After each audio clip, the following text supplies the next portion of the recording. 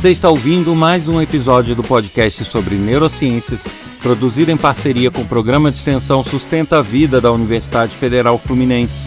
Meu nome é Adriano Freitas, pós-graduado em neuroaprendizagem e especialista em neuropsicologia clínica.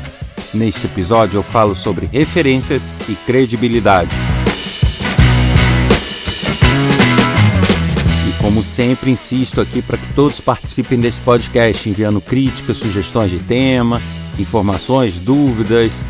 Isso pode ser feito através do e-mail podcast@sustenta-vida.com ou por mensagem de WhatsApp, código 22 99 222 1003. E, como sempre, passo aqui o endereço do meu site, que é www.adrianofreitas.com, que nele tem informações profissionais minhas, informações sobre projetos que eu desenvolvo, trechos de aula, palestras e outros materiais interessantes.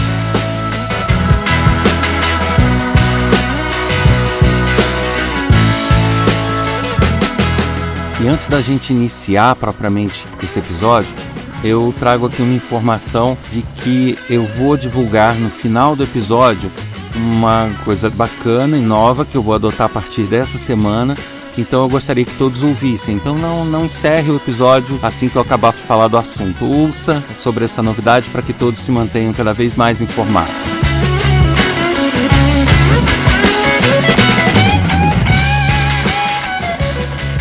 O tema dessa semana surgiu a partir do momento em que eu assisti um vídeo de uma pessoa extremamente inteligente, competente em tudo que faz e que mantém um canal no YouTube e em outras plataformas chamado Tempero Drag. Ele usa o nome artístico de Rita Von Hunt. O nome dele é Guilherme Terreri Lima. É uma pessoa extremamente capaz, extremamente inteligente e que apresenta diversos episódios e narrativas com pitadas de história, filosofia, política, sociologia. Então é uma pessoa que vale a pena seguir, vale a pena assistir os vídeos, eu recomendo.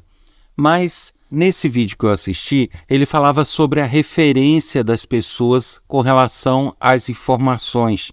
E também falava sobre a perda dessa referência atualmente, que as pessoas estão perdendo a referência do que é sério, do que não é sério, do que é verdadeiro, do que não é verdadeiro. E isso realmente não precisa de grandes estudos para se perceber. Basta a gente ver nos últimos anos, nos momentos maiores de pandemia, então se observou que era mentira para todo lado, gente querendo desacreditar na ciência. E, sabe, isso tudo faz com que as pessoas às vezes vão se confundindo, perdendo a referência, perdendo a noção do que realmente é verdadeiro, do que realmente é confiável. O que, lamentavelmente, faz com que mentiras se propaguem com muita facilidade, com muita intensidade, e que a gente tem uma dificuldade muito grande de informar corretamente.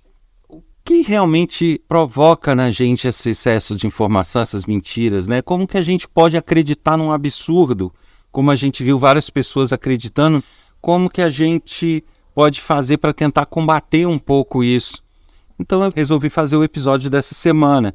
Na verdade, eu vou agrupar aqui vários conceitos que eu já passei em outros episódios, mas que eu acho relevantes a gente retomar para justamente a gente ter essa consciência, né?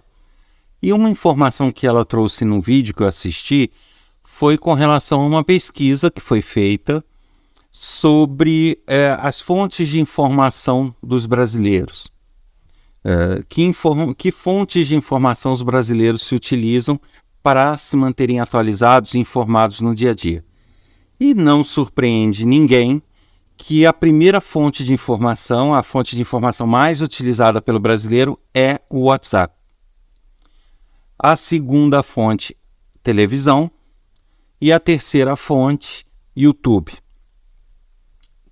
Obviamente que querer que aparecesse livros ali seria pedir demais. Querer que aparecesse jornal seria pedir demais. Mas se a gente parar para analisar, né? YouTube e o WhatsApp. Aí vamos pensar um pouquinho. WhatsApp, fonte de informação. Quem coloca informação ali? São agências de notícias sérias? São publicações científicas? Não são. Você consegue dizer que a maioria dos usuários do WhatsApp são pessoas qualificadas a falarem o que estão falando? Certamente que não. Então, como que a gente chega a um ponto do WhatsApp ser a principal fonte de informação de um país? É muito complicada essa situação, concorda? Então aqui eu não vou fazer julgamento de conteúdo, julgamento de mérito, eu estou analisando a estrutura. Então, a gente tem que começar a imaginar o seguinte, o ser humano ele tem diversos vieses cognitivos, aí eu recomendo que retornem lá nos episódios onde eu falo sobre heurísticas, vieses cognitivos, né? Aí o viés de confirmação, viés de adesão, para que vocês entendam como esses mecanismos funcionam. Mas os vieses cognitivos nos empurram a acreditar em coisas que não são necessariamente reais, a cometer erros na tomada de decisão, erros ao acreditar nas coisas. E um desses vieses diz respeito ao chamado viés de confirmação, que é a nossa tendência em dar credibilidade e valorizar as fontes de informação que dizem o que a gente quer ouvir. Na prática é isso. Então, se eu tenho uma crença pessoal, se eu acredito numa coisa, se eu fui convencido a uma coisa, e a partir dessa crença pessoal eu leio uma burdoada de fontes de informação, eu vou tender a selecionar como válidas e como confiáveis aquelas que concordam comigo. Então, a gente partindo desse conceito, a gente pode observar que tanto o YouTube quanto o WhatsApp, eles estão inundados por todo tipo de informação. Eles estão inundados por informações verdadeiras, por informações falsas, por informações fantasiosas, por informações absurdas até. E as pessoas vão replicando e compartilhando e alimentando as informações que são mais convenientes a ela, que confirmam aquilo que elas pensam.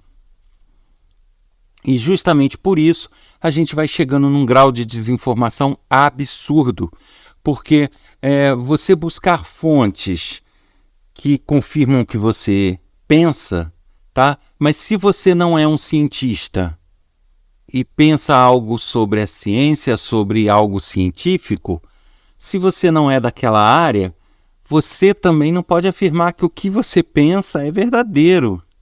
Então, às vezes, você está pensando uma coisa totalmente absurda, totalmente furada, perto do que realmente é o correto, e aí você busca fontes ou informações que chegam pelo WhatsApp ou pelo YouTube que vão dizer aquilo que você está pensando, ou que mesmo que sejam diferentes, sejam um pouco diferentes, que vão moldando o que você pensa, agregando coisas, e aí você alimenta essa informação.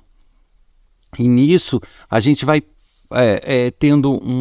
criando uma situação que é a que a gente enfrenta agora, que é a situação de perda da referência das informações, perda do referencial. Tá? E isso se dá justamente pelo excesso.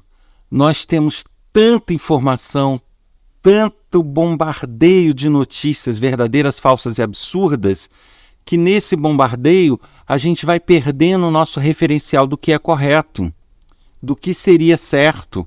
A gente vai tornando pessoas que, na verdade, não têm formação nenhuma em especialistas. E a gente passa a acreditar em tudo que elas dizem só pelo fato de serem famosas, pelo fato de terem muitas curtidas, pelo fato do canal ser muito seguido. E isso vai gerando uma distorção na confiabilidade, uma distorção nas referências, onde nossas referências vão sendo mudadas daqueles que são sérios e confiáveis para aqueles que têm muitas curtidas e seguidores. E aí entra um outro viés cognitivo, que eu já falei lá atrás também, aconselho as pessoas a retornarem lá no outro episódio para aprenderem com maior detalhe, é o viés de adesão, que é um viés cognitivo que nos empurra a seguir a maioria. É também conhecido como efeito manada, né? Popularmente. Então, esse efeito manada, esse viés de adesão, nos empurra a tender a acreditar mais naquilo que é muito seguido, muito acreditado e muito divulgado. E então, a gente tem canais do YouTube com, 500 seguidores, 1.000 seguidores, de um cientista renomado com currículo exemplar e que tem informações corretas, e você tem um outro canal no YouTube de uma pessoa mentirosa que está lá para ganhar fama e que tem 100.000 seguidores. A sua tendência vai ser dar credibilidade e agregar conhecimentos a partir desse canal com mais seguidores, mesmo sendo um engodo. E a partir do momento que você passa a seguir, você aumenta esse número, e aí outros vão seguir, e aí o número aumenta. Então você entra num ciclo onde pessoas que muitas vezes não têm a formação, não têm a capacitação para passar aquela informação, acaba se tornando mais confiável do que um cientista renomado, justamente porque ele tem muitos seguidores. E aí quem quer tirar vantagens econômicas, vantagens políticas em cima do país e da população desse país, sabe muito bem disso e se utiliza desses mecanismos para justamente implantar ideias e filosofias que permitem que eles façam o que queiram. E aí eu consigo te dizer, poxa, mas como que uma pessoa dessa, para poder ter esse número de seguidores e atrair ainda mais, inicialmente ele tem que ter tido um número, sim, mas hoje em dia a gente sabe que é possível comprar seguidores, comprar cliques, né, robôs. Então, uma pessoa quer ser uma mentirosa famosa, ela vai, inicia um canal, compra, 10.000 seguidores, e a partir dali já vão organicamente surgindo novos, porque é uma pessoa que já é bastante seguida, mesmo que esses seguidores sejam robôs, percebem? Então, esses vieses cognitivos humanos nos fazem perder totalmente as estribeiras, perder totalmente as referências, e nisso, a gente, enquanto sociedade, a gente vai se alimentando de informações falsas, de mentiras, e ao invés de a gente estar discutindo assuntos sérios, discutindo assuntos que realmente são relevantes para o nosso futuro, a gente fica tendo que brigar e remoer pelo básico, né? Então, é um absurdo a gente, depois de ter um programa de imunização, né, de vacinas, que realmente foi exemplar no mundo e erradicou várias doenças, como a paralisia infantil, de repente a gente perceber que isso tudo volta. Poxa, mas a paralisia infantil já estava erradicada do país, como que começam a aparecer casos de paralisia infantil? Pelo simples fato dessa perda de referencial ter levado as pessoas a acreditarem que a vacina é ruim, que a vacina é um inimigo e não um aliado nesse combate. E aí simplesmente tem pais que não estão mais vacinando os filhos. E aí o que acontece? Aquilo que já estava erradicado volta a assombrar. Então a gente é uma nação que fica lidando em ciclos, andando em círculos, porque coisas que já estavam resolvidas e que nos dariam a possibilidade de nos esforçar para resolver outras, faz com que a gente fique toda a vida remoendo e tendo que resolver aquelas mesmas coisas. É uma situação meio complicada, mas a gente tem que entender que isso parte de cada um, né? O nosso cérebro, o nosso mecanismo, ele é falho. Ele é falho na resolução de problemas, ele é falho na tomada de decisões, a partir do momento em que ele tem brechas que podem ser utilizadas para nos enganar. E é aí que eu entro com esse podcast, para que todos estejam atentos, para que não permitam que essas brechas elas ganhem força, e para não permitir que essas brechas façam com que vocês sejam pessoas desinformadas ou pessoas que ficam acreditando e replicando mentiras, né? Então, na dúvida, não tem certeza se aquela fonte é séria, pesquisa, né? Na dúvida, não republique, não espalhe, não repasse, não comente sobre aquilo com os outros, né? Comentar tudo bem, mas o que eu digo comentar no sentido de convencimento, porque aí a gente propaga uma coisa que não é embasada, não é correta, né? Então isso parte de cada um. Mas para a gente lutar contra esses nossos vieses cognitivos, para que a gente possa decidir e seguir as coisas como devem ser seguidas e aprendidas, a gente precisa de um esforço pessoal. A gente precisa, em alguns momentos, brigar conosco, brigar com o nosso cérebro. E é aí que eu trago algumas dicas, né? A primeira coisa, o nosso cérebro ele vai nos tentar manter em uma zona de conforto. Então, se ele já imagina que ele tem um conhecimento sobre determinada área, ou se ele imagina que ele já conhece determinada coisa, ou que ele já tem meios de decidir sobre aquilo, ele vai tender a te dar uma preguiça enorme de pesquisar, uma preguiça enorme de ler sobre aquilo. E aí é que a gente já começa a ter que brigar, né? Independente de eu achar que sei ou não, se eu não sou especialista da área, se eu não tenho nada que me dê absoluta certeza daquilo, eu devo sim pesquisar, tá? Quem falou aquilo? Por que falou? Da onde que ele tirou essa informação? Tem alguma notícia de um jornal sério falando sobre aquilo? Tem a notícia de alguma publicação? Tem algum livro? Deixa eu ver qual é, né? Então, o primeiro ponto, é lutar contra a acomodação e lutar contra a preguiça que nós teremos.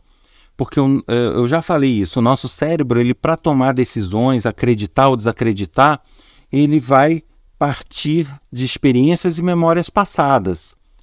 Então, se eu tenho anteriormente informações, mesmo que mentirosas, sobre alguma coisa, e ele já acha que essas informações são suficientes para ele decidir acreditar ou não acreditar, ele não vai te mover a pesquisar mais. Ele vai te deixar na zona de conforto, ele vai querer o mínimo esforço. Ele não vai buscar gerar um esforço para a checagem daquilo. Então, a nossa briga constante tem que ser com essa zona de conforto e com essa preguiça.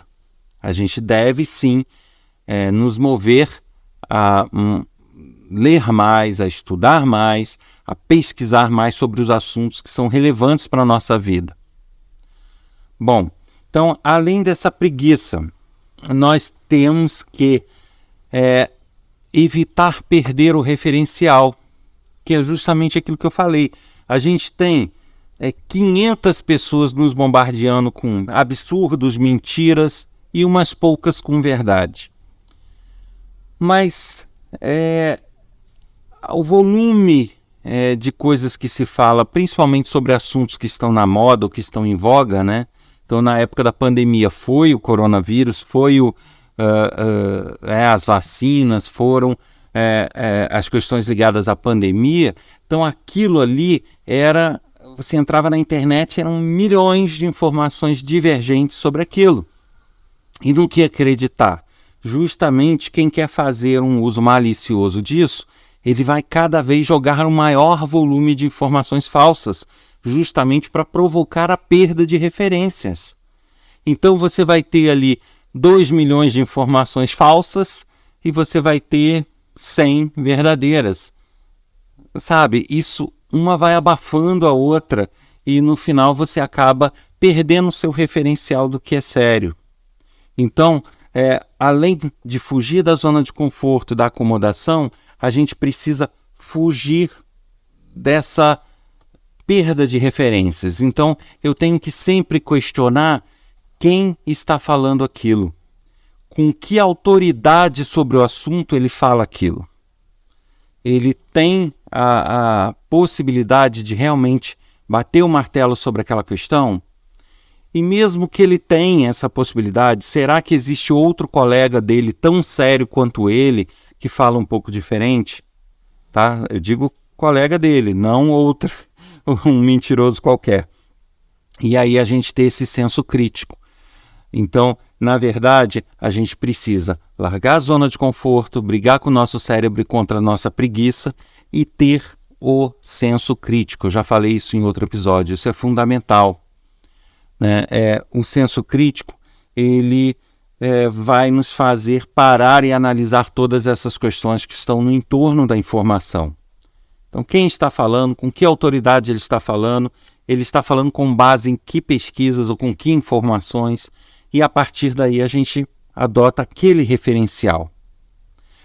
O nosso cérebro também, ele tem os vieses cognitivos, ele faz uso de informações passadas, mas ele faz uso também de uma coisa que é uma comparação entre informações. Ele sempre adota um referencial e as outras informações que vão chegando, ele vai fazendo comparações com esses referenciais que ele adotou. E aí ele vai selecionando o que pode ser absurdo, o que não pode, com base nesses referenciais. Então, se eu perco esse referencial e eu passo a adotar como referencial uma coisa absurda, eu vou tender a filtrar as informações que eu acredito com base naquele absurdo. Então, é fundamental, além de sair da zona de conforto, eu adotar os referenciais corretos. Então, informações científicas, qual vai ser o meu referencial de fonte? Vão ser as universidades que fazem pesquisa científica séria. Então, tudo que foge muito a esse ambiente, eu tenho que desconfiar. Certo? E, como eu falei, eu já fiz vários episódios falando sobre a questão da credibilidade, sobre a questão das fake news, já falei sobre viés cognitivos, então eu recomendo, para maiores detalhes, voltar nesses episódios. Mas um conceito que eu trago aqui de volta é justamente o seguinte: a gente muitas vezes é levado a acreditar ou usar como referencial pessoas que muitas vezes se passam por pessoas habilitadas sem de fato serem. E um exemplo que eu dou é um que eu já dei em outro episódio, que eu trago aqui de volta. É com relação a médicos, por exemplo. Como eu já falei, médicos são pessoas que estudam muito, precisam ser muito competentes para estar onde estão. Não é fácil encarar uma universidade na área médica, não é fácil se habilitar profissionalmente. Mas há um limite para a atuação médica. Isso ficou muito claro na pandemia. E que algumas pessoas ultrapassam e imaginam coisas que não são verdadeiras. Na verdade, médicos possuem autonomia no tratamento que eles fazem? Sim, mas não é uma autonomia absoluta. Por quê? Existem os médicos e existem cientistas médicos, pesquisadores. Os médicos, eles devem seguir protocolos clínicos, protocolos cirúrgicos, protocolos médicos. Esses protocolos são desenvolvidos através de pesquisas sérias, através da ciência. Então, a ciência gera protocolos e os médicos seguem esse protocolo. Os médicos possuem autonomia de decidir entre vários protocolos qual que ele vai adotar. Ele tem autonomia em fazer uma ou outra adequação no protocolo para que isso seja viável para cada paciente, mas ele não pode inventar um protocolo novo. Percebem a diferença? Ele não é autoridade para falar que um medicamento B serve para uma doença C. Ele não é um pesquisador, ele não foi para laboratório, ele não encarou os processos exigidos numa pesquisa para se chegar a conclusões ou para se poder utilizar aquilo, né? Porque mesmo que o que ele esteja falando funcione, ele não vai ter absoluta certeza se não vai gerar algum outro problema, os chamados efeitos colaterais. Então, sabe, cada profissional ou cada pessoa vai ter o seu limite. E ficou muito claro no país e no mundo até que as pessoas colocam certos profissionais ultrapassando esses limites para dar credibilidade ao que elas falam. Então, uma pessoa que quer defender um tratamento ou alguma coisa que não é bem o que a ciência diz, ele fala, não, mas o doutor fulano falou, o médico tal falou, ok, mas esse médico tal estava em qual laboratório? Ele passou quanto tempo no laboratório fazendo pesquisa sobre aquilo? Ou não, ele falou porque ele acha, porque ele tem experiência no consultório dele. Percebem? Uma coisa é uma experiência no consultório. Por mais que ele atenda pessoas, o percentual de pessoas que ele atende em relação à população é mínimo. Não serve de fundamento, né, de base para você ter um protocolo que atenda toda a população. Até porque, geralmente, as pessoas têm nichos, né? O médico vai atender primordialmente pessoas de classe mais alta, classe mais baixa.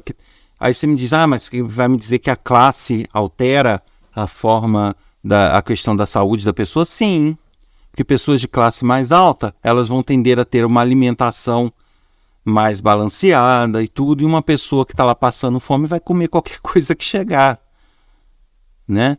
E então, assim, você tem diversas variáveis que afetam as conclusões e afetam os protocolos.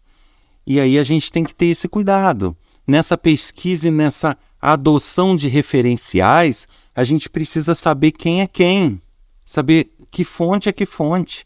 E a gente tem que ter um mínimo de senso crítico para avaliar, mesmo que essa fonte seja séria, mesmo que essa fonte venha de uma universidade. Será que existe outro pesquisador fazendo outra pesquisa que diz um pouquinho diferente ou que complementa isso? Então, pesquisar. Então, as dicas que eu posso deixar. Primeiro, lutem contra a preguiça e contra a zona de conforto. Segundo, busquem referências e busquem não perdê-las. Eu digo referências sérias. E a última dica é tempo. Por que o tempo? Porque a gente está sendo bombardeado e a gente está numa correria tão louca que ninguém mais para ouvir ninguém. Ninguém mais para ler alguma coisa. Ninguém para estudar mais nada. Então, quando a pessoa para ler ou estudar alguma coisa, sei lá, correndo, almoçando e do lado com um celularzinho só passando as coisas, a gente vê informação no celular, começa a ler um parágrafo, já passa para outra coisa. Então, não é assim, gente.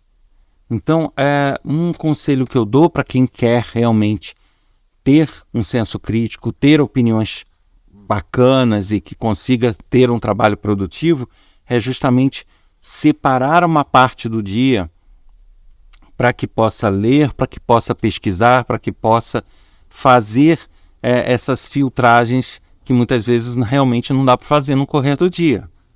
Então, que você tire meia hora do seu dia ao dormir, que você tire, 15 minutos do seu dia, eu já acho pouco, mas enfim, 15 minutos, meia hora, uma hora do seu dia.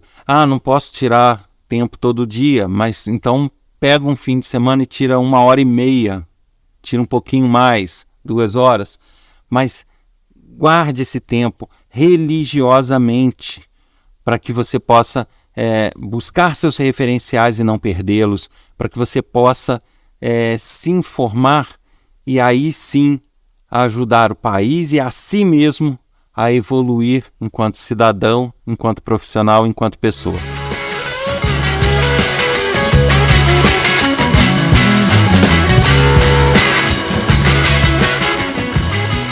Bom, e a informação que eu queria passar para todos, que eu avisei lá no início do episódio, é que a partir dessa semana eu vou estar disponibilizando, tanto no meu site quanto no endereço que eu vou falar aqui, as referências bibliográficas desse podcast. Por que isso? Realmente o podcast, algumas vezes, ele tem episódios curtos de 15 minutos, outros de 20 e poucos minutos, não mais que isso. E realmente você pegar o que às vezes é dito no episódio e dar referências bibliográficas sobre o que se diz, para dar a credibilidade, para dar uma forma das pessoas pesquisarem mais sobre o assunto, é muito burocrático, né? Então você acaba tendo no episódio de 15 minutos, 1/3 desse episódio falando nomes de livro, de autores, e acaba tirando o interesse das pessoas, se tornando uma coisa maçante de ouvir. Então a gente não vem fazendo esse tipo de formato, né? Não vem colocando esse formato. Porém, de fato, se faz necessário que eu dê alguma fonte de informação para que as pessoas possam pesquisar, ver que eu não estou inventando os assuntos, que não é coisa da minha cabeça, que realmente existem pesquisas sobre isso, que realmente existe um material disponível para quem quiser ler. Então, para que isso fique claro e para que as fontes estejam acessíveis a todos, elas estarão disponíveis a partir de hoje no meu site. Então, quem acessar www.adrianofreitas.com vai poder ter acesso lá na área de podcast, clicando lá no podcast, a um link onde vai aparecer uma página com as referências bibliográficas. Essas referências são cumulativas. Isso significa que tudo que foi dito até aqui vai ter referências de livros e materiais ali para que a pessoa possa consultar e ler e se informar cada vez mais. E à medida que eu for gravando novos episódios, que eu falar de assuntos diferentes, vão entrar novas informações e novas referências ali, ou seja, vai estar sempre atualizado. Quem não quiser ir direto no meu site, quiser ter um favoritos lá no celular para já ir direto, um íconezinho, é só apontar para o endereço podcast.adrianofreitas.com. Vai cair numa página com link das plataformas e aqui embaixo vai ter um link para as referências e aí a pessoa já vai poder ir direto, tá bom? Então não deixe de ver lá, quem quiser estudar e se informar, porque até um outro indicativo que a Rita Von Hunt lá no Tempero Drag fala é justamente isso, né? Uma das principais diferenças entre uma fonte de informação séria e uma que não é séria é que a séria tem referências para te passar, né? Ela retirou essa informação de algum lugar, ela pesquisou, ela tem as referências do que ela está falando. E uma informação mentirosa, ela não vai ter uma mentira maior para ela se basear, né? Porque ela altera fatos, ela distorce fatos ou ela inventa fatos. Então não há referência. Então fiquem atentos a isso e não deixem de pesquisar e se informar sempre.